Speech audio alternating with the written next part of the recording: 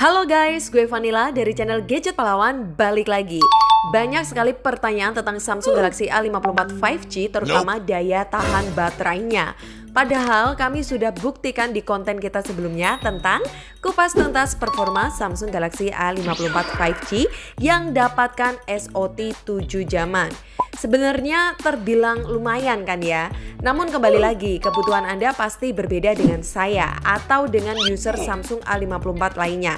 Nah, kali ini karena hati gue tergerak gitu ya, mau kasih sedikit tips kepada agan-agan yang terhormat yang mungkin bisa berguna untuk menghemat baterai Samsung Galaxy A54 5G biar tahan lama. Ingin tahu atau penasaran? Penasaran aja lah ya, langsung aja kita ke meja redaksi. Let's go! Oke guys, untuk menghemat baterai Samsung Galaxy A54 5G, pastilah ya teman-teman akan menyalakan fitur mode hemat daya di Samsung Galaxy A54 5G ini kan. Tapi ada efek sampingnya guys ya. Ketika kita nyalakan fitur hemat daya, jelas untuk refresh rate-nya tidak bisa jalan ke 120 Hz. Ya cuma mentok ke 60 Hz aja. Jadi mendingan jangan dinyalakan, soalnya kan ya percuma kan guys ya. Kita beli HP yang harganya relatif mahal, kalau cuma dapatkan refresh rate 60 Hz, kita pakai sehari-hari kan namanya mubazir gitu. Oke, apalagi konsep adaptive refresh rate-nya di Samsung Galaxy A54 5G ini, ketika kita buka di aplikasi lain contohnya YouTube, dia masih bisa stabil ke kondisi refresh rate 120 Hz yang lebih cepat dan dinamis dalam penggunaannya. Beda dengan HP murah sejutaan, walaupun bisa ditawarkan 90 Hz, tapi kita buka aplikasi lain, refresh rate-nya kembali lagi ke 60 Hz saja. So ya, kita harus menikmati privilege refresh rate 120 Hz yang ditawarkan dong. So jangan diaktifkan. Lah, kalau hemat daya nggak aktif, boros dong kak. Nah, ini dia caranya. Pertama, biasanya saya menyalakan fitur ekstra redup ini. Ini adalah fitur yang paling saya suka karena bisa mengurangi pendarahan cahaya di layar tanpa mengorbankan kualitas. Dan kedua, jelas mengaktifkan mode malam, yang pasti terbukti karena sistem hitam pekatnya dari Super AMOLED yang dihasilkan oleh pixel yang dimatikan ketika menampilkan warna hitam. Dark mode ini juga bisa dikombin dengan ekstra redup, malah lebih bagus lagi. Tapi entah kenapa kalau saya pribadi dengan adanya ekstra redup dark mode jarang saya gunakan. Tips kedua, bisa mematikan fitur always on display. Walaupun ini adalah fitur unggulan Samsung sejak zaman dulu, tapi saya sudah lama tidak memakainya. Ya antara butuh atau tidak butuh ya guys ya. Kalau saya sih sekarang sudah tidak membutuhkan, jadi mending matikan, lumayan lah ya, bisa menghemat baterai. Mungkin bagi user buah-buahan ini adalah fitur yang ditunggu-tunggu, bahkan AOD-nya bisa full screen. Inilah always on display sesungguhnya, bukan hanya jam kotak saja. Walaupun ujungnya ya mereka masih kasih update, bisa pilih tampilkan jam saja yang tertampil. Kalau bagi user Android mah AOD udah termasuk fitur jadul. Tips ketiga, kita masuk ke kebiasaan digital ya guys ya. Fungsi kebiasaan digital ini adalah memonitoring kebiasaan kita yang nantinya sama sistem AI smartphone akan meriset kebiasaan kita, kesukaan, dan bisa kasih solusi terbaik.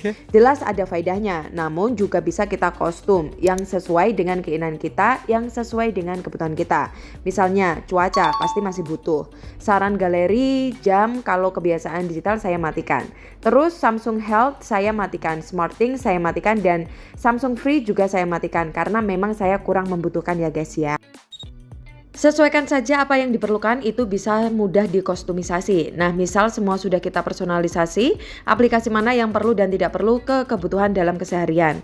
Misal ketika kita lihat di kebiasaan digital monitoring berjalan kaki sambil memakai HP, kita nonaktifkan, terus fitur pemantau volume juga sudah nonaktif. Sebenarnya fitur ini berguna untuk memberikan saran kepada kita di setelan volume mana yang aman untuk kesehatan. Walaupun itu penting, namun ya kita udah gede, pasti bisa sadar diri lah ya guys. Kalau memang fitur itu berguna tapi jarang dipakai atau kita hiraukan, ya mending dimatikan saja untuk menghemat baterai. Karena fitur ini berjalan secara background yang tidak kita sadari. Jadi bisa menyedot baterai perlahan tapi pasti begono guys. Tips keempat, jangan ngantuk, dengerin gue guys. Kita pergi ke pengaturan, cari Bixby. Yap, Bixby ini merupakan asisten cerdas buatan Samsung untuk saingan Siri-nya Apple atau Google Assistant. Munculnya Bixby pertama kali diperkenalkan bersama Samsung Galaxy S8 guys.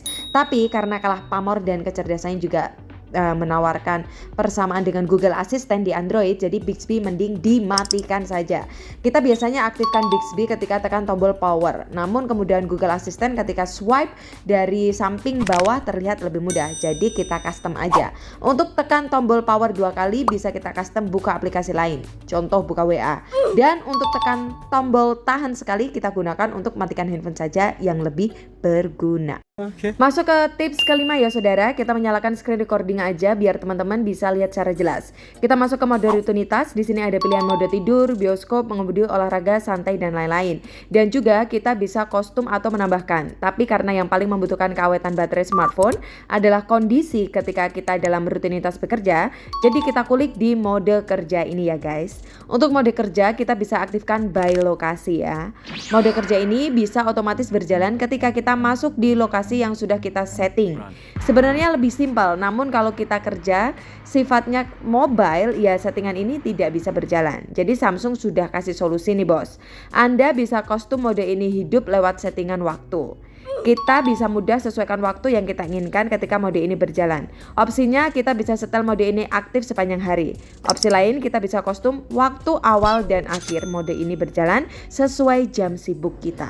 Taruhlah ya, ini misalkan saya kerja sibuk-sibuknya jam 3. Tentu dong jam sibuk itu baterai kita tidak boleh low. Jadi waktunya saya setel jam 3 lebih 17 menit lah ya.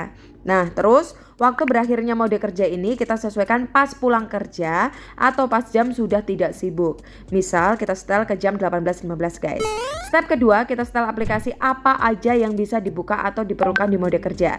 Ini ada beberapa aplikasi apa aja yang sudah saya pilih atau centang menyesuaikan kebutuhan produktivitas kerja saya misalkan. Intinya di mode ini Anda wajib punya pilihan aplikasi terpenting untuk bisa dijalankan dalam meningkatkan konsentrasi kerja serta bisa membantu kecepatan kerja. Nah, ketika periode waktu dan aplikasi yang bisa aktif sudah kita tentukan, mode kerja akan otomatis aktif pada waktu yang telah kita custom. Dengan tandanya mode kerja telah aktif, maka mode ini akan menonaktifkan aplikasi-aplikasi apa yang di awal yang tidak kita pilih, menyisakan aplikasi-aplikasi yang penting yang sudah kita tentukan di awal. Sehingga aplikasi-aplikasi yang tidak aktif tadi tidak akan bisa kirimkan notifikasi atau berjalan secara background otomatis. Aplikasi tersebut tidak bisa menyedot daya baterai kita. Jadi selain bisa menghemat baterai dalam mode kerja ini, juga bisa menambah konsentrasi Anda dalam bekerja tanpa stalking mantan di IG milik saudaranya teman.